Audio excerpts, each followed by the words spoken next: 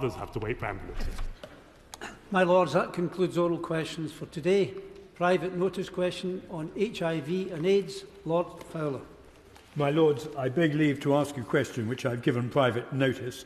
The question is to ask Her Majesty's Government what assessment they have made of the progress that has been made in the United Kingdom and globally in reducing HIV and AIDS since World AIDS Day in 2020. And I declare my interest as an ambassador for UNAIDS. Well, can I start by paying tribute to the Noble Lord for his work as the ambassador for UNAIDS, and also for following this issue ever since the 1980s, when the Noble Lord was Secretary of State. I think we should recognise the long commitment that the Noble Lord has made to this issue. We believe that the UK can be proud of its efforts. Since last World AIDS Day, the UK signed up to the progressive and ambitious political declaration at the UN high-level meeting in June and declared our commitment to deliver a new global AIDS strategy. So the world has the best chance of meeting the 2030 goal to end AIDS altogether. Also domestically, Noble Lords will be aware that we have published a new HIV action plan. My Lords, thank you. My Lords, this is World AIDS Day, and the international position is anything but encouraging. Has the Minister seen the reports of the serious setbacks there have been in the fight against AIDS over the last year, with testing figures down by 40% and with an annual death toll of over 660,000? But will he join me in paying tribute to the many non-government organisations and volunteers around the world whose efforts have prevented the toll from AIDS becoming even more catastrophic? I'm sure all Noble Lords would like to join the Noble Lord Fowler in terms of celebrating the work of the NGOs. And sometimes when one looks at the aid, and quite often a lot of aid is government to government, sometimes that may well be a barrier in reaching those who need to help, especially in countries where the people who are suffering from HIV are discriminated against or stigmatised. And quite often the best way to reach them is not via government, but via these NGOs. So, of course, I do pay tribute to them, as I'm sure all Noble Lords do. My Lords, the Global Fund to fight AIDS, TB and malaria has saved 44 million lives since being founded 20 years ago. And it's estimated that more than 3 million of these were saved by thanks to UK aid. Therefore, will the Minister confirm that continued close partnership with the Global Fund will remain a central pillar within the UK Government's planned international development and global health strategies? Well, can I thank the Noble Lord Cashman for the question, but also once again pay tribute to his work during our many years in the European Parliament together, where he was a champion for LGBTQ+ issues, but also HIV and AIDS awareness. He was probably one of the strongest champions. My only regret is that I was not able to champion as strongly as I wanted to ethnic diversity and lack of ethnic diversity in the EU. Of course, we remain committed to the Global Fund, but also other partners, including UNAID and UNAIDS, and also the Global Financing Facility. It's important that we all work together on this issue, not only in our own countries, but particularly in those countries where it's very difficult, where people have challenging health systems, but at the same time, in those countries where, unfortunately, gay people or people suffering from HIV are discriminated against or even stigmatised. And one of the things we can be proud of is in the UK, we stand up for those people. My Lords,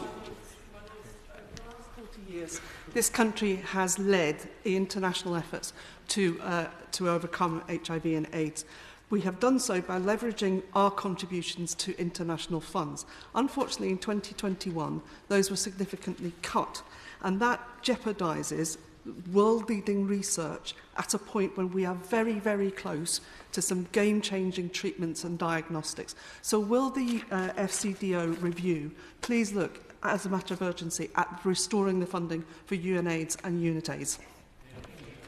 Well, I'm sure Noble Lords understand what the reasons for looking at some of those cuts in terms of the pandemic and needing to redirect resources. But we are committed to continuing in terms of funding, but also working at an international level. In fact, this issue has come up in a number of G7 and international health meetings that have been attended by UK representatives. But the UK is seen diplomatically and on the diplomatic circuit as one of the leaders standing up for the rights of both gay people, but those who have HIV and AIDS.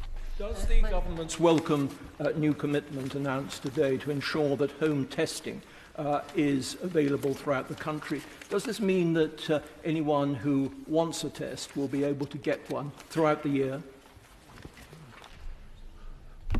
Can I just say to thank the noble friend for the question? I'm pretty sure the answer is yes. Generic drugs were crucial to the global response to HIV and AIDS. I see the noble Lord the Minister nodding. In which case, will we learn that lesson for this pandemic and stop blocking the TRIPS waiver so that we can better vaccinate the global south and protect ourselves from new variants? Yeah. Well, one of the best ways to help vaccinate people across the world is by multilateral, bilateral and plurilateral partnerships. You know, we are donating 100 million coronavirus vaccine doses by next June. We are committing to work internationally. This issue comes up at the G7, where we are seen once again as leaders on the COVAX programme and other such programmes. So it's important that we focus on what's effective and how we can get vaccines to those who really need them. Lady's question, the UK government played a leading role in establishing the medicines patent pool, a means of simplifying and accelerating generic production of HIV medicines by sharing patents. Does the Minister agree that a global pooling mechanism for COVID-19 would support countries' ability to access the vaccines and drugs required to control COVID-19 infections? Will the government give its full support to the COVID-19 technology access pool and encourage UK pharmaceutical companies to licence through it? Well, in terms of tackling coronavirus and helping those who cannot get access to even the first vaccine, while in this country we have known people going for their third booster or even their fourth booster when it comes to fourth injection. It's really important that we act internationally. This is an issue that comes up at international meetings. We are seen to be leaders in coordinating, and we're doing much of this via the international COVAX programme, but also talking to pharmaceutical companies themselves about what more they can do. My Lords, over 40% of people diagnosed are late diagnosed, people diagnosed later in life. So could my noble friend say what the government is doing in relation to this so that stigma is removed and people are coming much earlier for testing? But I welcome the government strategy as it stands currently. Well, I thank my noble friend for making the point. I'm afraid I don't have the details specifically for the older population, but I will make sure that I write to her. My Lords, the noble Lord the Minister has mentioned stigmatised communities. UK civil society organisations have raised concern that previous global health strategies have failed to address the gender-specific aspects of HIV, in particular the priorities of marginalised women. So, can the noble Lord the Minister tell us how will the FCDO's planned global health strategy address the underlying structural inequalities that contribute to the vulnerability of girls and women? Well, the government has made more money available for the funds, particularly funds where it comes to helping young girls and young ladies in different countries. But at the same time, sometimes we have to work out what can we do as donors or as an international community to help address some of the structural inequalities in particular countries. We can name it, we can draw awareness to it, but how much deeper can we go in there? And quite often one of the best ways to do that is to support the NGOs who are right at the heart of the community, understanding these issues and understanding the structural inequalities on a daily basis. Follow on the question from Lord Collins, but bring it to this country. There is still a general perception that HIV/AIDS is a gay disease. There's a growing proportion of the population that are infected who are heterosexual. Could I ask my noble friend to ensure that messaging is directed at heterosexuals as well as the gay community? Can I thank my noble friend for making that very important point and stressing that this should not be seen as a gay disease, but actually a disease that heterosexual and other people can do suffer from. One of the issues in the HIV plan has been to make sure those communities who maybe have a sort of macho approach to a number of these issues are addressed, particularly in local community level. It's very different, but you also have to tread carefully, particularly with some of the ethnic minority communities, so it's not being seen to be stigmatising that community or blaming them, and getting the right balance. But the fundamental point that my noble friend makes is very important, and I think we should repeat it, which is that HIV does not only affect gay people, it also affects heterosexual people and younger communities as well. When the coronavirus struck us, within a year, remarkably, a number of vaccines had been produced to huge effect. But doesn't that stand in marked contrast to what has happened with HIV and AIDS? And isn't it amazing that 20 years after Lord Fowler did so much to establish a response, a proper response to HIV and AIDS, that we still haven't got the medical support that we need for this? Could the noble Lord the Minister take this back to the department and see what more could be done to improve the situation? The noble Lord makes an incredible point that in fact not many people are aware that there is no cure as such yet. It really is about making sure that you reduce the risk of transmission and making sure that those who contract HIV are able to live longer, as opposed to the beginning of the 1980s when this epidemic really hit us, sadly, and many people lost friends, loved ones and others prematurely. But the point that you make about looking for a cure, let me assure you the department is very aware of that. In fact, in my briefing for this, I did ask the department, how come we still haven't got a cure after so long? And it's a question that continues to be asked. And let's pay credit to the pharmaceutical industry and the medical professionals. They have tried. Lord, say what steps are being taken with those members of the Commonwealth who have difficulties over accepting and supporting the gay community? The noble Lord makes a very important point that we should address and be aware, and we are aware of certain countries. I have been warned not to name and shame them, sadly, but we are aware of those countries which do stigmatise or discriminate or have some other explanation. And one of the best ways to do that, sometimes sadly, is not via government-to-government help, but making sure that we get to NGOs who are working with people on the ground. But also at the macro level, in international forums, we can raise this issue on the list. And the UK, to our credit, is seen as a world leader when raising these issues at different diplomatic fora. We heard earlier the HIV AIDS has always been perceived as a gay problem, which is of course a fallacy, but also it's been perceived as something that young people are more likely to contract.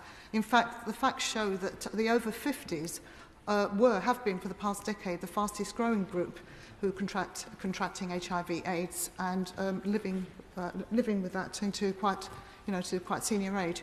Can the Minister say what's being done to target that particular group, that it isn't just young people that are affected by this, but they should also be vigilant in terms of protecting themselves against HIV/AIDS?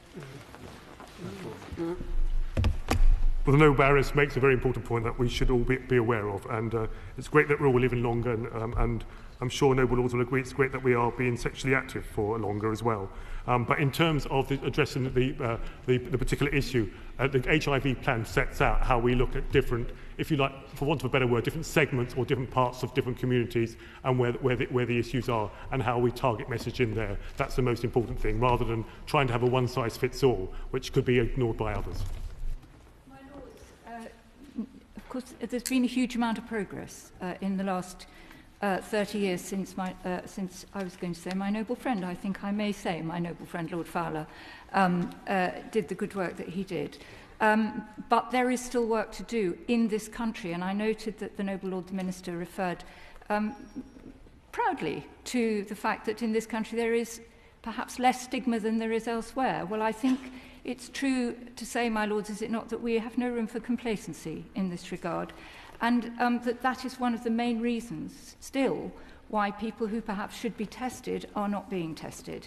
So could the noble Lord tell the House what is the government's current assessment of the infected but untested rate of HIV/AIDS in this country? Well, I'm afraid I don't have the specific figure for Noble Baroness, but the action plan does set out how we're going to increase access to HIV testing and scale it up, focusing on populations and settings where testing ratings have not been high to make sure that we can tackle this, but also we ensure that new infections are identified rapidly and people receive the necessary treatment faster to prevent complications. The government in 2022, HIV Testing Week 2022, will operate the annual testing week there, and the campaign will be called It Starts With Me, which is due to take place between the 7th and 11th of February. And during that week, we will open self-sampling HIV testing services for all residents of England, but we want to make sure that we have lots of different programmes raising awareness. And I know a number of Noble Lords across the House do take this issue very seriously, and I would welcome advice from Noble Lords. First reading of a private member's bill, Baroness McIntosh of Pickering.